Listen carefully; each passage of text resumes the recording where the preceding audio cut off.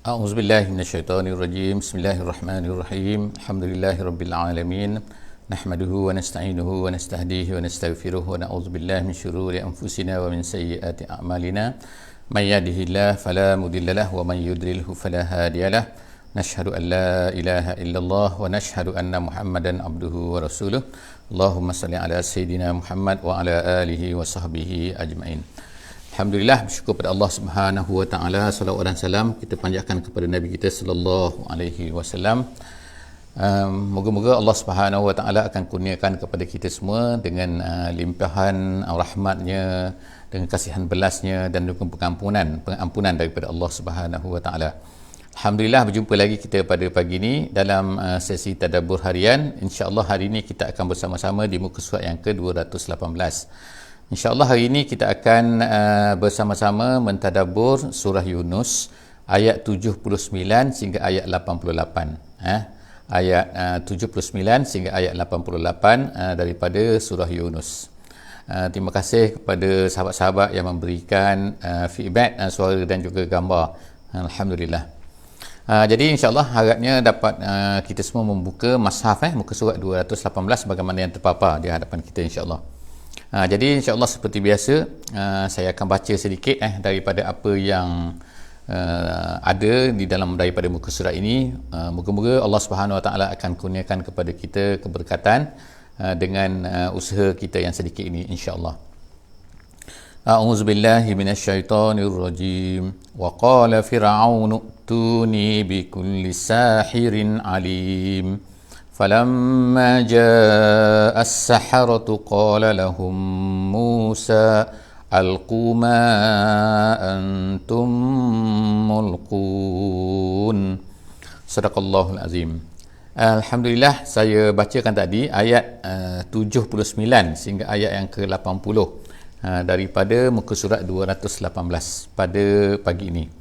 Jadi sebelum daripada ni kita telah baca bagaimana Allah Subhanahu Wa Taala menceritakan apa yang berlaku kepada Nabi Musa dan juga Firaun. Jadi walaupun di dalam surah Yunus ini secara ringkasnya dia tidak cerita dengan panjang lebar. Kita akan tengok di dalam tempat-tempat yang lain banyak Allah Subhanahu Wa Taala juga menceritakan tentang kisah Nabi Musa dan juga Harun, kisah Nabi Harun berjumpa dengan Firaun dan juga dakwah mereka berdua kepada Firaun dan juga wa malaihi wa qaumihi terhadap kaum Firaun dan juga pembesar-pembesar Firaun. Jadi kita akan tengok di dalam muka surat ini, di dalam surah ini kita akan tengok secara ringkasnya Allah Subhanahu Wa Taala ceritakan apa yang berlaku. Wa qala Firaun, berkata Firaun. Jadi setelah daripada Nabi Musa membawakan ayat-ayatnya, membawakan tanda-tandanya, membawakan semua mukjizat-mukjizat yang telah diberikan oleh Allah Subhanahu Wa Taala kepada Nabi Musa. Jadi akhirnya berkata Firaun, "Ituni bikulli sahirin alim." Bawakan kepada aku, kata Firaun, bawakan kepada aku bikulli sahirin alim, dengan segala sahir, tukang-tukang sihir yang alim, yang sangat-sangat tahu, maknanya yang hebat. Jadi di dalam tempat lain Allah Subhanahu Wa Taala ceritakan bahawa Firaun ni telah memerintahkan semua dalam negeri Mesir ni tukang-tukang sihir yang hebat-hebat dibawa, maknanya tak adalah yang lebih hebat daripada itu lagi. Lalu dibawa untuk menyanggahi, untuk melawan dengan apa yang dibawa oleh Nabi Musa. Lalu falamma ja'as saharatu, lalu apabila tukang sihir telah berkumpul semua, kita tengok qala lahum Musa, Nabi Musa pun berkata kepada mereka ini, alqu ma antum mulkun, campakkan apa yang awak semua nak campakkan. Jadi maknanya ada di tempat lain diceritakan mereka ini dikumpulkan di satu tempat yang ditontoni oleh ramai orang. Jadi akhirnya lalu berlakulah pada hari yang dijanjikan tu, iaitu Nabi Musa akan berjumpa dengan tukang-tukang sihir yang hebat-hebat ni, yang dikatakan hebat ini, yang merupakan anak-anak murid lah kita katakan kepada Firaun. Jadi maknanya kalaulah menang Musa pada hari ini, maka sebenarnya akan bahayalah kepada Firaun. Lalu apa yang berlaku ialah mereka berlakulah campak-mencampak ni, iaitu siapa nak campak dulu. Jadi akhirnya yang mencampakkan apa ni, tali dan juga tongkat-tongkat mereka ni ialah tukang-tukang sihir ni. Jadi berkata Nabi Musa, qala lahum Musa alqu ma antum mulkun, campakkan apa yang awak semua nak campak. Lalu mereka pun mencampakkan. Falamma alqau, apabila mereka semua telah mencampakkan, lalu bertukarlah kan menjadi ular, mencampakkan hibalahum wa isiyahum, tungkat mereka dan juga tali-tali mereka tu. Qala Musa, lalu berkatalah Musa selepas daripada itu, berkata Nabi Musa. Apa qala Musa? Apa yang berkata Nabi Musa? Kata apa? Nabi Musa berkata, ma ji'tum bihi as-sihru. Jadi ayat ini dalam bahasa Arabnya maksudnya macam inilah. Apa yang kamu bawa itu adalah sihir. Itu maksud dia. Ma ji'tum bihi as-sihru. Apa yang kamu bawa semua ni sihir sahaja. Maknanya sihir ni maknanya tidak betul, mana kan? Hanya nampak pada mata saja kan. Kita panggil magician kan. Semua benda tu nampak macam ular. Tapi sebenarnya bukan ular pun. Gitu kan. Ma ji'tum bihi as-sihru. Apa yang awak bawa semua ni tukang sihir. Ni saja. Musa bertanya kan. Kemudian innallaha sayubtiluh. Lalu Nabi Musa pun berkata, innallah sayubtiluh. Apa yang kamu bawa ini Allah Subhanahu Wa Taala akan batalkan. Iaitu Allah Subhanahu Wa Taala akan gagalkan. Allah Taala akan lemahkan. Sayubtiluh. Jadi sebab sihir ni bukannya maknanya apa yang konon-kononnya yang manusia boleh tipu orang kan. Itu sihir. Jadi innallaha sayubtiluh. Allah Subhanahu Wa Taala sangat power, sangat kuasa kan, maka dia akan boleh membatalkan, boleh menghancurkan, boleh melemahkan. Sedangkan apa yang aku bawa ini adalah merupakan mukjizat daripada Allah Subhanahu Wa Taala. Innallaha la yuslihu amalal mufsidin. Tu dia berkata, Nabi Musa berkata, sesungguhnya Allah Subhanahu Wa Taala, innallaha, sesungguhnya Allah Taala la yuslih, tidak akan memperbaiki, tidak akan memperelokkan amalal mufsidin, amalan orang-orang yang rosak, orang memperosak. Maknanya kalau orang tu nak merosakkan sesuatu benda, ni secara umumnya lah kita katakan ayat ini walaupun dikatakan oleh Nabi Musa ketika berdepan dengan tukang-tukang sihir daripada Firaun tu, tetapi ini adalah umum ayat ini. Umumnya bagaimana? Iaitu innallaha, lah konsepnya, innallah la yuslihu amalal mufsidin. Amalan orang-orang yang jahat, orang-orang yang berniat jahat, orang-orang yang nak buat jahat, Allah Ta'ala tak akan elokkan. Walaupun nampak pada permulaannya mungkin kadang-kadang elok, kadang-kadang nampak macam cantik je kan, tapi niat dia buruk, tujuan dia buruk, maka Allah Subhanahu Wa Taala tak akan elokkan. Akan nampaklah nanti keburukannya.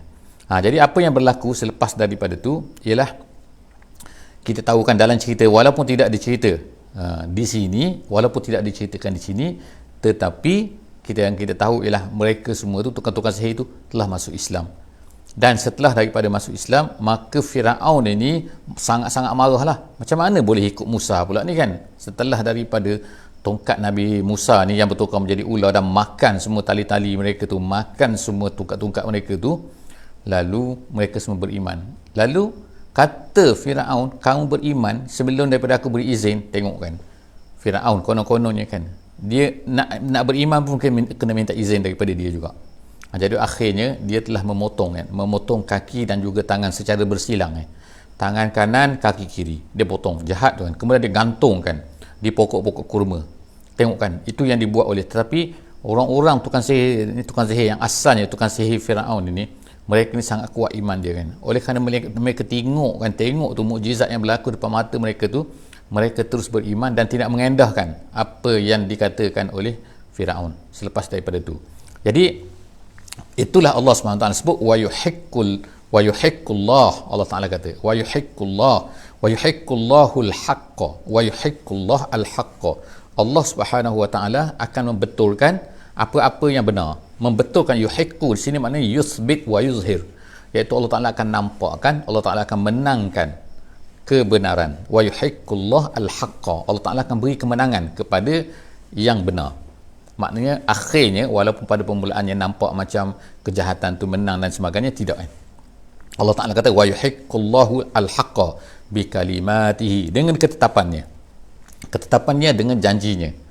Bima wa'idihi, kata tafsir Jalalain, iaitu dengan janji daripada Allah Subhanahu Wa Taala. Allah Ta'ala dah janji dah, dia akan beri kemenangan kepada yang benar. Maka sekarang berlakulah apa depan Firaun tu, wa yuhiqqullahu al-haqqa bi kalimatihi walau karihal mujrimun. Walaupun orang-orang mujrim, orang-orang yang jahat, orang-orang yang tak suka itu, mereka ni tak mahu pun, walaupun membenci, kariha benci, walaupun dibenci oleh orang-orang yang mujrim. Seterusnya Allah Subhanahu Wa Taala sebutkan, ceritakan siapakah yang beriman.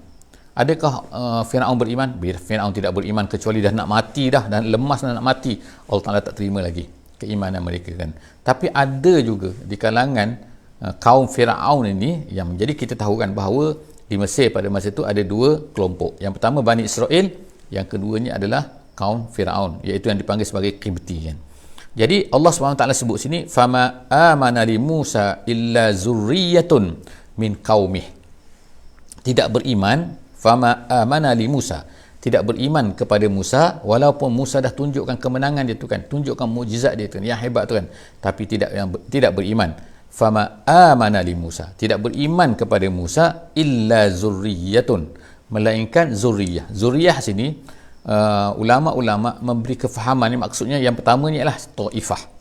Taifah ni satu kelompok kecil zuriyah. Yang keduanya, perkataan zuriyah ini nak menggambarkan bahawa yang beriman itu kebanyakannya adalah orang-orang muda, orang-orang yang masih muda lah, masih maknanya bukannya orang tua. Zuriyah itu perkataan zuriyah. Jadi di sini menunjukkan bahawa mereka ini ta'ifatun minasyabab, gitu kan, iaitu satu kumpulan daripada pemuda-pemuda min qaumihi. Jadi kalau ikut dalam riwayatnya ialah yang pertama sekali isteri Firaun sendirilah, yang keduanya ialah ada rajulum, seorang lelaki tu yang berkata min ali Firaun, disebutkan dalam Al-Quran, dan yang ketiganya ialah tukang-tukang sihir itu. Itulah yang jelasnya yang ditunjukkan oleh Al-Quran, ditunjukkan oleh Al-Hadis. Jadi disebut di sini bahawa tidak beriman kepada Nabi Musa melainkan zuriyah, satu kumpulan kecil yang kebanyakannya pemuda, minang qaumihi, daripada kaum Firaun. Qaumihi, hi situ ialah Firaun. Ala khaufin min Firaun wa malaihim, dalam keadaan ala, perkataan ala sini nak menunjukkan bahawa apa, mereka ni sebenarnya ialah walaupun mereka takut, walaupun ala khaufin, walaupun mereka ni takut, tetapi perkataan ala menunjukkan mereka ni tetap juga menyanggahi apa yang mereka takut ni. Maknanya walaupun mereka takut, tapi mereka buat juga, sebab mereka tahu bahawa apa, bahawa iman tu akan paksalah menghadapi perkara-perkara ni. Jadi Allah SWT sebut sini ala khaufin min Firaun, walaupun mereka itu takut kepada Firaun, tapi mereka melaksanakan, mereka beriman juga, wa malaihim, dan juga terhadap kumpulan-kumpulan Firaun ni, geng-geng Firaun ini. An yaftinahum, akan menghalang mereka. Yaftinahum ni mencuba mereka. Maknanya dalam keadaan mereka takut Firaun dan juga grup-grup Firaun dan juga geng-geng Firaun ni akan mencuba mereka, iaitu mencuba sini betul cuba mengalihkan mereka daripada iman itu. Tapi mereka tetap juga beriman. Wa inna Firaun la'alin, Allah Ta'ala kata, dan Firaun ini la'alin maksudnya ialah, iaitu meninggi diri, artinya ialah mereka, dia ini Firaun ni sendiri mengaku Tuhan. Tu maknanya alin ni mutakabbir, sombong, jahat dan sebagainya.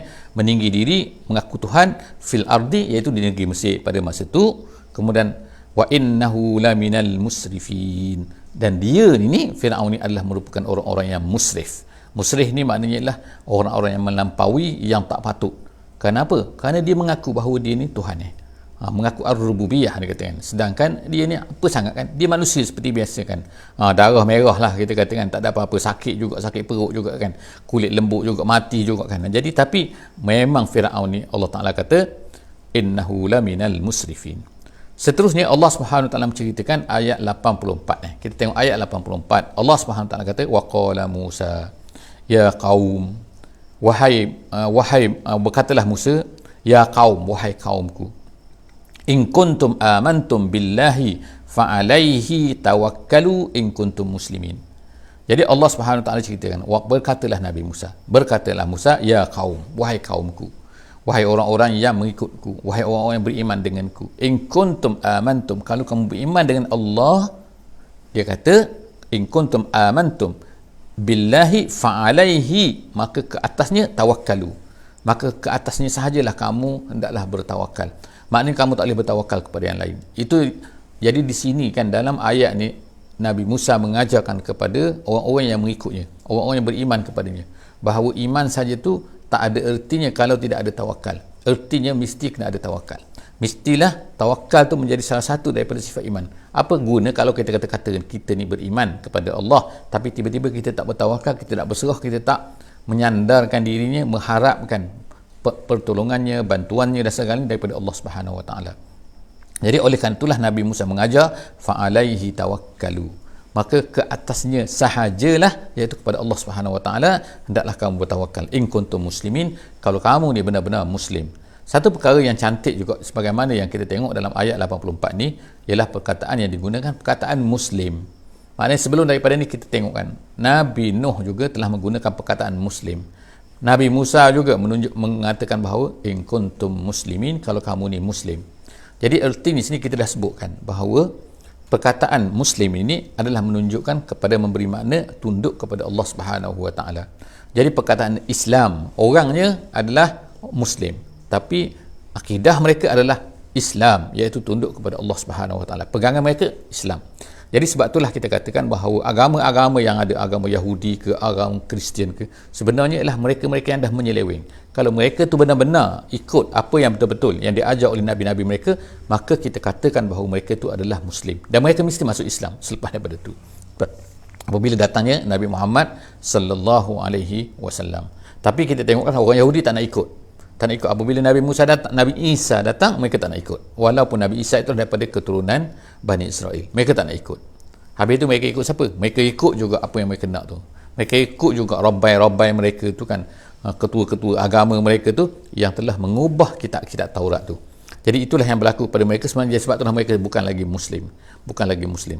Jadi dan perkara yang kedua, kita telah faham daripada sini bahawa semua Nabi-Nabi daripada Nabi Adam, Nabi Nuh, Nabi Hud, semua sekali sampai kepada Nabi Isa AS adalah membawa satu ajaran sahaja, iaitu ajarannya adalah Islam. Jadi yang dibawa oleh Nabi Muhammad SAW adalah Islam. Jadi kata Nabi Musa, in kuntum muslimin, kalau kamu semua ni adalah Muslim. Seterusnya, faqalu, lalu mereka berkata, ayat seterusnya ialah ayat yang ke 85, insyaAllah 85. Faqalu alallahi tawakkalna, lalu mereka pun berkata selepas daripada disuruh oleh Nabi Musa, mereka pun berkata, faqalu, mereka pun berkata, alallahi tawakkalna rabbana, kepada Allah sahajalah kami bertawakal, dia adalah Tuhan kami, la taj'alna fitnatan lil qaumiz zalimin, janganlah engkau jadikan ya Allah kami ini fitnah lil qaumiz zalimin, terhadap kaum yang zalim. Apa maksud sini? Apa maksud ya Allah janganlah kamu jadikan kami ini sebagai fitnah kepada orang-orang yang zalim? Menurut pendapat yang kuat, sebagaimana disebutkan oleh tafsir Jalalain, iaitu janganlah menjadikan kami ini menjadikan orang-orang kafir itu menang selama-lamanya. Mungkin menang dalam peringkat yang pertama, dalam round yang pertama, mungkin sekejap mereka menang, tapi janganlah selama-lama dah menang. Kenapa? Ditakuti bahawa nanti kalaulah kejahatan-kejahatan itu menang, akhirnya dia akan menjadi fitnah. Fitnah apa? Iaitu bagaimana boleh menjadi fitnah? Iaitu orang-orang akan merasakan bahawa kejahatan itulah yang betul dan Islam inilah kalah. Islam itu tak betul. Islam tak betul. Kenapa? Sentiasa kalah. Jadi jadikanlah kami ini ya Allah, la taj'alna, jangan kamu jadikan kami ini fitnah. Maknanya kerana kekalahan kami, kerana kelemahan kami, kerana menjadi fitnah kepada orang-orang zalim, sehingga orang zalim melihat bahawa Islam itu tak betul. Itu macam tu. Itu ayat yang ke 85. Seterusnya Allah Subhanahu Wa Taala ceritakan wa najjina bi rahmatik, doa mereka lagi. Doa mereka iaitu orang-orang yang bersama dengan Nabi Musa pada masa itu, dia kata wa najjina, ya Allah peliharalah kami bi rahmatik, dengan rahmat kamu, minal qaumil kafirin, daripada kaum yang kafir. Bagaimanakah nak selamatkan kami tu? Selamatkan kami ni, ulama-ulama tafsir kata macam ni kan. Kadang-kadang kan kita tidak tahu bahawa bagaimana Allah Subhanahu Wa Taala akan menyelamatkan kita. Kita tak tahu bagaimana Allah Ta'ala nak beri kepada kita kan. Tapi yang terbaik, sebagaimana yang diajar oleh Nabi kita sallallahu alaihi wasallam, bila kita berdoalah, bukanlah kita minta dengan detail. Sebagai contohlah, katakan kalau kita nak kahwin, katakan ya Allah berilah, kita doa dengan simple, iaitu ya Allah berilah kepada aku ini Kalau seorang lelaki kata isteri yang solehah. Kalau yang perempuan kata suami yang soleh, kan? Kalau yang lelaki tadi kita kata isteri yang solehah. Bukannya kita ni mengajar kepada Allah Taala, ya Allah berilah macam ni kan. Orang perempuan macam ni kan. Sebab itu seolah-olah macam kita ni ajar Allah SWT pula kan. Tak, kita minta sebagaimana kita tengok doa-doa Nabi kan. Doa dia pendek-pendek tapi kita tengok kan. Kita tengok ada satu kisah kan. Sebagaimana yang kita disebutkan dulu, ada kisah yang berlaku di Ashabul Ukhdud kan. Mungkin kita boleh tengok kan dalam surah Al-Buruj, Allah SWT sebutkan, iaitu budak ni kan yang hendak dibunuh oleh raja negeri tersebut, iaitu di Najran tu. Bila dia dibawa ke atas bukit, dia hanya berdoa dengan satu doa yang pendek, tapi ya Allahumma kfinihim bima syi'ta.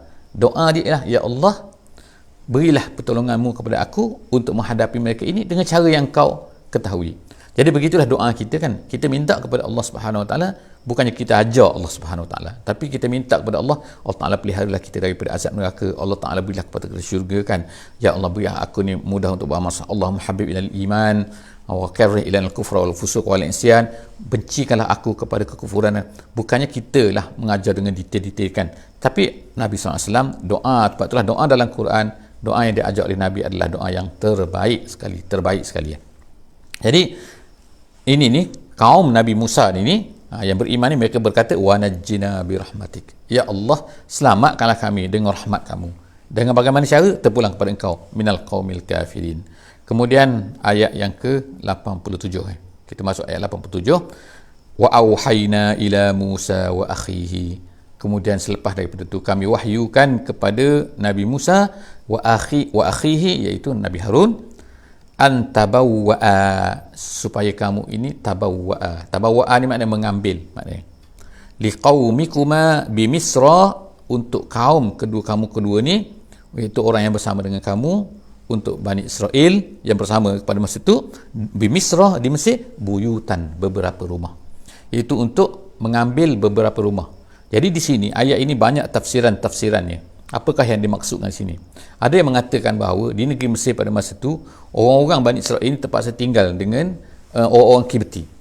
Jadi mereka tak ada rumah spesifik untuk mereka beribadah. Jadi bila mereka ni tinggal dengan orang-orang Kibti ni, mereka susah untuk melaksanakan ibadah dan sebagainya. Jadi oleh kerana itulah Allah Subhanahu Wa Taala perintahkan kepada Nabi Musa dan juga Nabi Harun ni supaya cari rumah yang khusus untuk mereka ni tempat berhimpun, untuk tempat mereka ni beribadah dan sebagainya. Kalau maknanya, kalau kita sekarang ni wallahu alam lah kan, kita cari maknanya kena ada center khusus lah maknanya kan, tempat di mana kita mudah untuk beribadah di situ kan. Jadi Nabi Musa ni diperintahkan oleh Allah SWT supaya cari rumah macam tu, menjadikan beberapa rumah buyutan, beberapa rumah, kemudian waja'alu buyutakum kiblah, kemudian jadikanlah rumah-rumah kamu itu sebagai kiblah. Kiblah ni maknanya kalau ikut kiblah kita sekarang, tempat menghadap kan, tempat bertumpu, tapi maksud sini lah tempat melakukan ibadah di situ. Kata tafsir Jalalain, dia kata tempat kamu beribadah di situ, maknanya menjadi tumpuan kamu rumah tu, dan rumah itu akan tempat kamulah melaksanakan apa yang sepatutnya yang disuruh oleh Allah Subhanahu Wa Taala. Kemudian wa aqimus salah, dan di situ kamu dirikanlah solat, dan kemudian wabasyiril mu'minin, beritahu khabar gembira kepada orang-orang yang beriman. Maknanya kalau mereka ni beriman, walaupun mereka mungkin keadaan ditindas sekarang, keadaan mereka susah sekarang, keadaan mereka ni ditindas oleh Firaun, tapi beritahulah khabar gembira, mereka akan menang akhirnya. Jadi inilah benda yang kita harapkan daripada Allah SWT, yang sentiasa kita percaya, kita yakinkan bahawa Allah Ta'ala akan beri kemenangan kepada Islam. Wabasyiril al-mu'minin. Kalau kita beriman, Allah Ta'ala akan beri kemenangan, Allah Ta'ala beri kemudahan, Allah Ta'ala akan beri akhirnya kejayaan kepada orang-orang yang beriman. Tapi masa kemungkinannya belum lagi dan sebagainya. Jadi kita kena bersabar, Allah Ta'ala nak test, nak tengok kita. Ayat seterusnya ialah ayat yang ke-88. Allah Subhanahu Ta'ala kata, ayat 88, ayat yang terakhir insya-Allah pada pagi ini, waqala Musa, lalu berkata Musa, Rabbana innaka ataita fir'auna wa mala'ahu. Wahai Musa. Ini kata-kata ini dikatakan oleh ulama tafsir sebagai kata-kata yang terakhir, sebelum daripada mereka ni meninggalkan Mesir, lari, dan kemudian selepas daripada dakwah telah dibuat dengan dahsyatnya, dengan lamanya dan sebagainya oleh Nabi Musa terhadap Firaun. Tapi Nabi Firaun tetap juga menolak. Jadi Allah meriwayatkan bahawa Nabi Musa berkata, waqala Musa rabbana, sesungguh wahai Tuhan, innaka ataita fir'aun wa mala'ahu zina, engkau telah berikan kepada kepada Firaun dan juga kepada geng-geng Firaun ini, dengan kumpulan-kumpulan Firaun ini, dengan zinah, perhiasan. Jadi maksud perhiasan situ adalah dengan harta-hartanya, dengan rumahnya yang hebat, dengan kekayaannya, semua benda maknanya kan. Itu zinah, perhiasan. Maknanya bukan sekadar makan saja, tapi mereka ni dapat gunakan benda tu dengan hebatlah maknanya. Sebab itulah kita tengok sekarang kan peninggalan Firaun tu dahsyat dengan harta, dengan emas, dengan kereta emas, kuda emas, tayar emas, macam-macam emas semua emas kan, perhiasan-perhiasan yang dahsyat kan. Kemudian wa amwalan, dan juga harta, fil hayatid dunya, tapi di atas dunia. Engkau ya Allah, engkau berikan kepada mereka ni di atas dunia. Rabbana liyudillu an sabili, wahai Tuhan kami, ianya telah menjadikan mereka itu sesat. Jadi Allah Subhanahu Wa Taala sebutkan kat sini bahawa banyak manusia sini, Allah Taala riwayatkan mengikut ungkapan Nabi Musa ni, ialah banyak manusia ni seolah-olahnya kan disesatkan oleh harta mereka. Jadi kita ni bukanlah salah untuk kita mengumpul harta, mempunyai harta dan sebagainya, tetapi jaga-jaga kan, takut berlaku sebagaimana apa yang berlaku kepada Firaun. Atas ungkapan sebagaimana disebutkan di sini, Nabi Musa menyebutkan dengan harta itulah liyudillu an sabili, menyebabkan mereka ini sesat daripada jalan kamu. Maknanya mereka tak nak ikut. Kenapa? Mereka rasa mereka ada harta, menyebabkan mereka ni terpukau. Mereka rasa bahawa kalaulah mereka ni salah, kenapa mereka dapat harta? Jadi kadang-kadang perkara-perkara ni menyebabkan manusia ni kan, dia berfikir terbalik, tak nak ikut kebenaran, tak nak ikut kebaikan. Kenapa? Kerana banyak harta. Jadi Allah Subhanahu Taala sebut sini liyudillu an sabili, perkara ni sesatnya mereka daripada jalan kamu ni ya Allah adalah kerana harta-harta mereka yang banyak tadi. Rabbana tmis ala amwalihim, Nabi Musa pun berdoa, ya Allah itmis, hancurkanlah harta-harta mereka ni, washdud ala qulubihim, dan keraskanlah hati mereka ni. Maknanya keraskan hati, dah tak nak beriman, sangat sesat kan. Ya Allah kan, dah mereka tak nak beriman kan, aku nak buat macam mana lagi kan, aku dah berdakwah kepada mereka ya Allah. Jadi ya Allah, pegang hati mereka. Jadi apa yang telah didoakan oleh Nabi Musa ini telah berlaku. Harta-harta Fir'aun habis akhirnya, hancur semua sekali kan. Sama ada yang ditenggelamkan oleh bumi sebagaimana berlaku kepada Qarun, dan juga hancur di dalam laut sebagaimana yang kita baca kan dalam ayat yang lain. Jadi dan juga mereka tidak juga beriman sampai kesudahan. Setelah doa yang panjang lah bukan maknanya kita tuh tiba-tiba berdoa macam ni kan. Washdud ala qulubihim, doa Nabi Musa, fala yu'minu hatta yarawul azabal alim, dan mereka tak akan beriman sehinggalah mereka ni melihat azab yang sangat-sangat pedih, iaitu ketika nak mati dah, barulah Firaun tu nak beriman. Jadi itulah beberapa perkara yang kita dapat daripada ayat pada hari ini. InsyaAllah kita akan jumpa lagi di ayat di muka surat yang ke-219 daripada masih lagi surah Yunus, insya-Allah kan. Aku qauli hadza wa astaghfirullahal azim li wa lakum. InsyaAllah kita sudahi sama-sama dengan sama-sama kita membaca surah Wal Asri. Bismillahirrahmanirrahim. Wal Asri innal insana lafi khusr illa allazina amanu wa amilus solihat tawassaw bil haqqi wa tawassaw bis sabr. Wassalamu alaikum warahmatullahi wabarakatuh.